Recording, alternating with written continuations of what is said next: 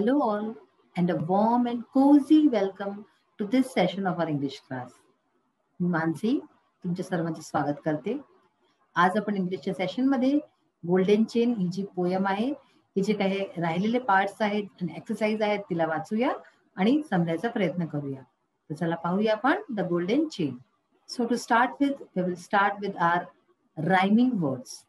तर आपण पहिले पाहूया की या पोयममध्ये रायमिंग वर्ड्स कोणकोणते आहेत. रायमिंग वर्ड्स बघायकरता आपण लास्टचे वर्ड बघतो प्रत्येक लाईनीचे.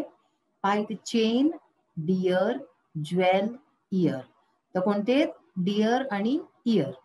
अशाच प्रकारे firmly, true, memories, true, too. तर ट्रू आणि टू. देन नेक्स्ट बघा ब्युटी, लिव्स, प्लेजर, गिव्स. तर लिव्स, गिव्स आणि गिफ्ट, सोल्ड, फ्रेंड, गोल्ड. तर सोल्ड गोल्ड.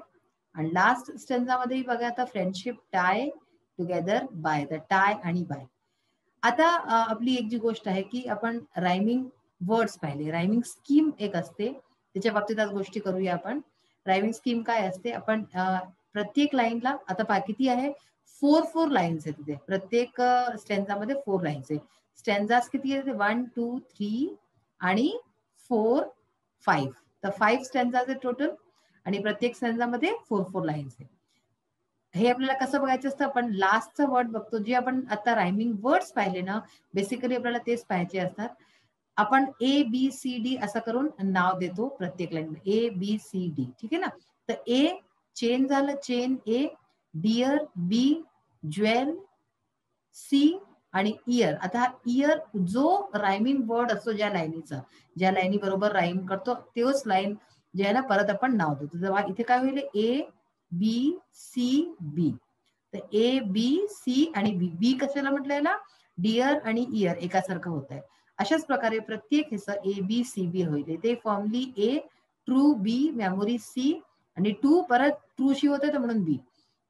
ज्या 2 लाईन राईम करतात, रायमिंग वर्ड्स आहेत त्यांचे एकासारखे होतात. ठीक आहे ना. तर हे तर झालं ह्याची गोष्ट. आता आणि आपण हे जे क्वेश्चन्स बघू शकतो. To what things, to what 2 things is friendship compared. Compare कोणत्या गोष्टींशी कम्पेअर केलं गेलंय? गोल्डन चेनशी कम्पेअर केलं गेलंय. ठीक आहे ना. आणि प्रिशियस ज्वेल, ह्या 2 वस्तूंशी याला कम्पेअर केलं गेलंय. Friendship is compared with golden chain and precious jewel. What holds friends closely together. काय वस्तू आहे जी फ्रेंड्सला क्लोजली जे आहे बांधून ठेवते? तर love that's deep and true, है ना. तर love that's deep and true holds friends closely together. How long does true friendship last? तर true friendship last for ever, हमेशाच राहते. आणि which possession is more precious than gold. Gold पेक्षा जास्त precious काय असतं? तर friendship is more precious than gold. अशा प्रकारे याचे क्वेश्चन आन्सर्स होऊ शकतात आपण जे पाहिले आता. नेक्स्ट बघा आता याचा exercise part. Write the name of your closest true friend vertically and prepare an acrostic using every letter in the name. काय करायचं याच्यात? आपण अक्रॉस्टिक्स वाचलेलं होतं ना, की कोणताही शब्द असते त्याच्या प्रत्येक अक्षरावरनं जे आहे आपण एक करतो. की आपण केलं होतं मदर, फ्रेंड, याच्यावरनं केलं होतं ना, लक्षात असेल तुम्हाला. तर अशाच प्रकारे जसं की इथे काय नाव दिलंय? रितेश, RITESH. ठीक आहे ना. प्रत्येक वर्ण यांनी हर अल्फाबेटनी एक शब्द काढलाय. रितेशचा reliable, inspiring, trustworthy, encouraging, supportive, hardworking. तुम्हालाही तुमच्या मित्र किंवा मैत्रिणीच्या नावाचं अशाच प्रकारे काही अक्रॉस्टिक बनवायचं छानसं. मी एक इथे अनेक उदाहरण देते तुम्हाला. जसं की आपण सपोज एक नाव घ्या, कार्तिक असं कोणतं नाव घेतलं तर कार्तिक मध्ये काय आपण करू शकतो? के से kind, A for attractive, R for rational, T for talkative, I for intelligent आणि K for knowledgeable. तर अशा प्रकारे तुम्ही सुद्धा तुमच्या मित्र किंवा मैत्रिणीच्या नावाचं अक्रॉस्टिक्स बनवायचा प्रयत्न करा. आता बघा सेकंड क्वेश्चन आहे. Tick the correct before the correct statements. There are some statements written here. आपल्याला काय करायचंय? जे करेक्ट असेल त्याच्या पुढे टिक लावून देऊ. तर हे टिक तुम्ही लावत चला जसं जसं मी सांगतेय. Time can destroy the beauty of friendship. काय म्हणतात ते? की टाइम असतो, जी वेळ असते ती फ्रेंडशिपची जी ब्युटी असते, मैत्रीची जी सुंदरता असते तिला डिस्ट्रॉय करून देते. Is it true? No, it is not true. Time can not destroy the beauty of friendship. तर हे रॉंग आहे. इथे आपल्याला काहीच नाही लिहायचं आहे. Next, friendship can not be bought or sold, म्हणजे की मैत्रीला आपण विकत नाही घेऊ शकत आणि विकू पण नाही शकत. So this is true. तर इथे तुम्हाला टिक लावायचं आहे. ठीक आहे ना, दिस इज ट्रू. तर इथे टिक लावायचं आहे. हे करेक्ट स्टेटमेंट आहे. Friendship binds the hands together, हे पण ट्रू आहे. फ्रेंडशिप जे आहे हँड्सला टुगेदर ठेवतं. So this is also true. इथे एक टिक लावायचा.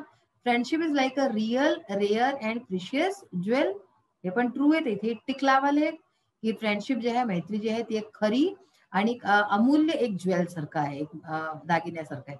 तर here it is also true. Friendship has more value than gold, फ्रेंडशिपची जी आहे गोल्ड पेक्षा जास्त व्हॅल्यू आहे. This is also true. तर इथे एक टिक लावाले. नेक्स्ट बघा, read the poem and complete the web. आपण पोएम वाचलेली आहे. इथे एक वेब आहे, हा जो पूर्ण करायचा आपल्याला. प्रत्येक ह्याच्यात तुम्ही एक एक शब्द लिहाले. फ्रेंडशिप इज कम्पेअर्ड टू, फ्रेंडशिपला कोणत्या कोणत्या गोष्टीची तुलना केली गेली, कम्पेअर केलं गेलं. तर बघा कोणते शब्द आहेत ते फ्रेंडशिपचे. गोल्डन चेन, तर एकात लिहा गोल्डन चेन. मग आहे स्ट्रॉंग ब्लेस्ड टाय, ठीक आहे. Beauty, friendship is compared to golden chain, friendship is compared to strong blessed tie, friendship is compared to beauty, friendship is compared to precious jewel, ठीक है ना. Friendship is compared to priceless gift, friendship is compared to worth far more than gold. तर अशा प्रकारे ह्या सगळ्याची फ्रेंडशिपला compare केलं गेलंय. नेक्स्ट आपण बघूया आता. हे आपले एक्सरसाइज ऑलमोस्ट होऊन चुकलेत सगळे काही. आता match the lines with the figures of speech ते कंटेन.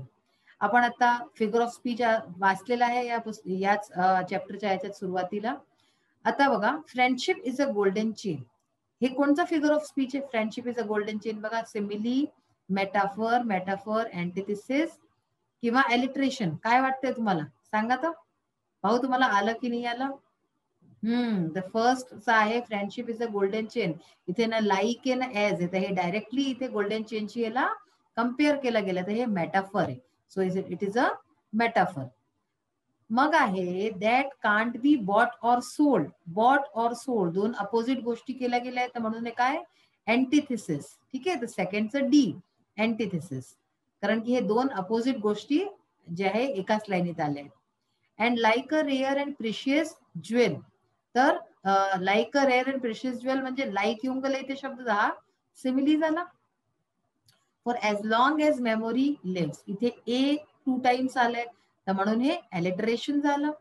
ठीक आहे ना, जेव्हा एकाच अल्फाबेटचं परत परत रेपिटेशन होतं, that is alliteration.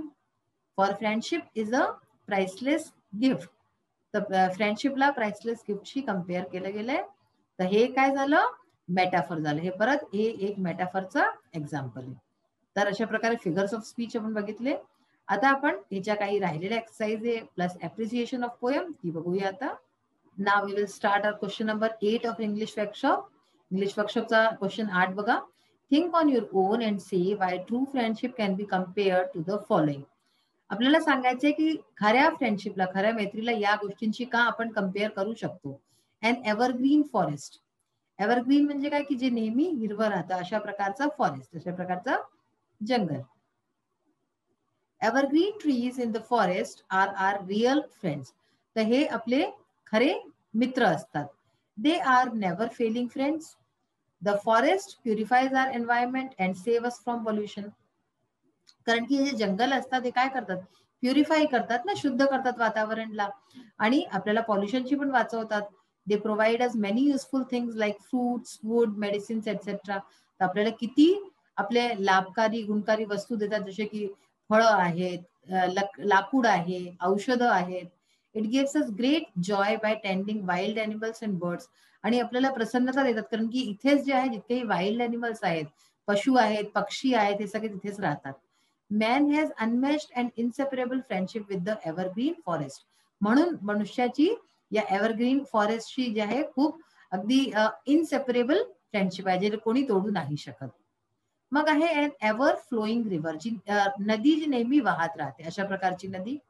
It is a never ending friendship between man and the ever flowing river, तर ही जी आहे एक कधी न संपणारी अशी एक मैत्री आहे माणसाबरोबर, माणसाची एका नदी बरोबर.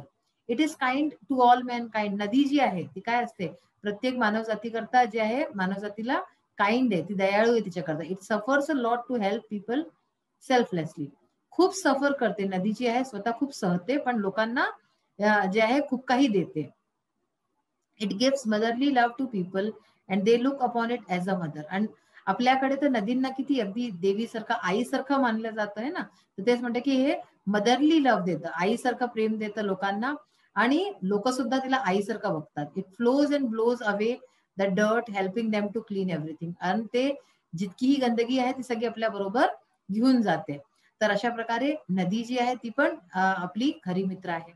अ रेनबो आफ्टर हेवी रेन, म्हणजे खूप मोठ्या पावसानंतर जे रेनबो निघतं, इंद्रधनुष, त्यालाही मैत्री बरोबर कम्पेअर केलं गेलंय.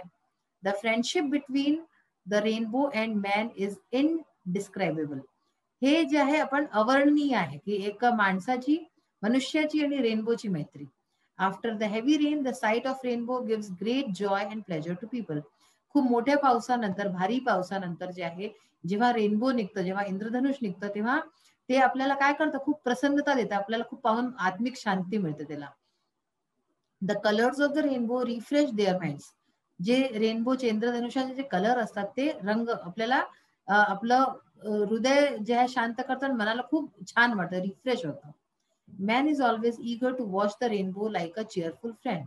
तर मनुष्य जो आहे तो नेहमीच जे आहे अशा प्रकारचं इंद्रधनुष पाहण्याकरता तत्पर असतो. त्याला असं वाटतं की इंद्रधनुष दिसून जाय. The rainbow displays the magic of nature and pleases all. तर अशा प्रकारे हा जो इंद्रधनुष आहे, हा जो नेचर आहे, निसर्ग आहे, निसर्गाची सुंदरता दाखवतं, त्याची जे आहे मॅजिक दाखवतं, जादू दाखवतं, आणि सगळ्यांना जे आहे प्लीज करतं, सगळ्यांना आनंद देतं. आता बघा ऍप्रिसिएशन पोएमची. The title of the poem is golden chain. The poem is written by Helen Steiner Rice, यांनी लिहिलेली आहे. The poem has 5 stanzas, each stanza has 4 lines. हे आज आपण बघितलेलं आहे. The line that rhymes in each stanza are 2 and 4. कोणत्या कोणत्या लाईन्स राईम होतात ते 2 आणि 4, second and fourth. The poetess has compared friendship with 3 things. 3 वस्तूंची कम्पेअर केलंय पोएटनी. They are golden chain, precious jewel and priceless gift. तर या तिन्ही वस्तूंची जे आहे कंपॅरिझन केलंय, तुलना केली आहे.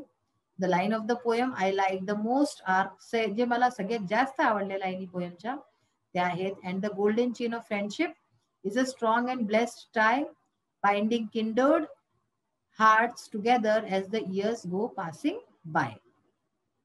या शेवटल्या 4 लाईनी मला सगळ्यात जास्त आवडल्या. The theme of the poem is, theme काय पोएमची, the importance of true friendship in one's life. एकाच्या, कोणाच्या मनुष्याच्या जीवनात खरी जी मैत्री असते तिचा जो महत्व आहे, हेच ह्याचं थीम आहे. तर हा जो चॅप्टर आहे, ही जी पोएम आहे, हिचे आपण सगळे पार्ट्स ऑलमोस्ट आज बघून घेतले गेले आहेत, आणि नीट प्रकारे समजून घेतलंय. आपण फिगर्स ऑफ स्पीच पाहिल्या, ह्याची अप्रिसिएशन पाहिली.